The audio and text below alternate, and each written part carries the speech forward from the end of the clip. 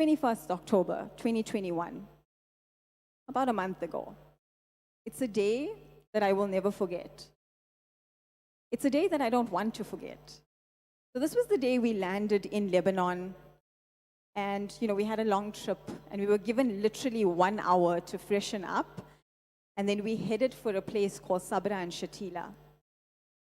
I first heard these words, Sabra and Shatila. It didn't have any meaning to me. What is this place? Where am I going? I didn't really know. Some of the other ladies, the team members said, oh my gosh, you're really going to a place. I thought, okay, where am I going? This was going to be my first encounter. Going to Sabra and Shatila was going to be my first encounter with Palestinian refugees. And as someone, I've had about a decade of experience being a trauma facilitator, but I still wasn't prepared for what I was about to witness. I want you to imagine a shanty town, a town that is teeming with life, with people, no sanitation, no electricity, tiny alleyways, and mounds of makeshift electric cords all over.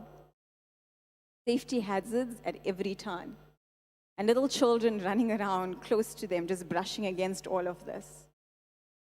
It's a no man's land of sorts.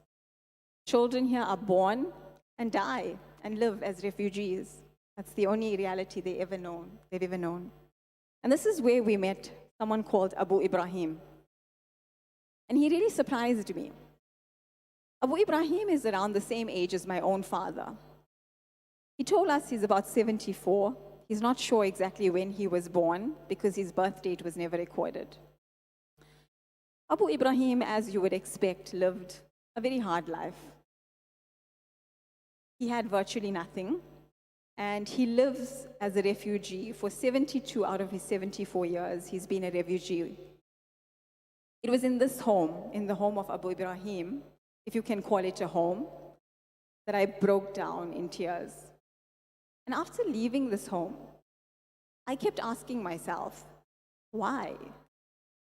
As we walked through the darkness of Sabra and Shatila, inhaling odors that I can never forget, I kept asking myself, why was I so affected by Abu Ibrahim? Yes, his story was painful to hear, as were all the other stories I had heard in Sabra and Shatila. But why would my tears just not stop, meeting him particularly? I started to think about this. Was it because he was a similar age to my own father? Yes, but there was something else. Was it because despite his pain and poverty, he kept saying, Alhamdulillah, Alhamdulillah. He was so thankful for the little that he had in this world. I was bowled over by his taqwa and gratitude. But there was something else. I kept thinking about this, right? I need to understand. That's my job. My job is to understand people, and I needed to understand myself. Was I so impacted by Abu Ibrahim because he was so appreciative of the very little we were able to provide him through your donations in that short meeting? Yes, but again, there was something else. I couldn't put my finger on it. And then it hit me. As I walked through this desolate shanty town, I realized I could not stop the flow of tears because now I understood something in a different way. Abu Ibrahim, the preview into the future of the lives, the pain, and the oppression that poverty will bring to these communities. He's a preview of what will happen to these children, these refugee children, if they are deprived of access to education as Abu Ibrahim has been. Without education, just like Abu Ibrahim, these children would have no prospects, an endless future of more generations of poverty and handouts. I kept walking through these narrow paths, using the light of my cell phone and the torches that the team was providing. Careful not to trip over any hazards. They kept saying, watch out, you might trip over something, you might get hurt. I had another realization. These refugees, we can all agree, really being tested by Allah subhanahu wa ta'ala. But so am I. Who are you? Now that I know of their plight, now that I had witnessed it firsthand, What am I going to do about it? Am I going to turn away because it makes me uncomfortable with what I have? Or will you use what you have, the favors of Allah subhanahu wa ta'ala, the resources He has generously granted us, to make at least some difference in our lives, whether it's through donation or to encourage others to donate. You and I have a special opportunity, a path to play here, make a very real difference through the power of education. And alhamdulillah, I can vouch for the fact that Africa Muslims Agency has done an amazing job with the Aman School of Excellence. When I looked around the school, I was actually expecting like a Wendy house, like a proper school, a school that you and I would be happy to send our children, with educators that are very, very well versed in how to ensure that the cycle of poverty ends, how to integrate society. So will we sit back? Will we allow another generation of Abu Ibrahim suffer poverty?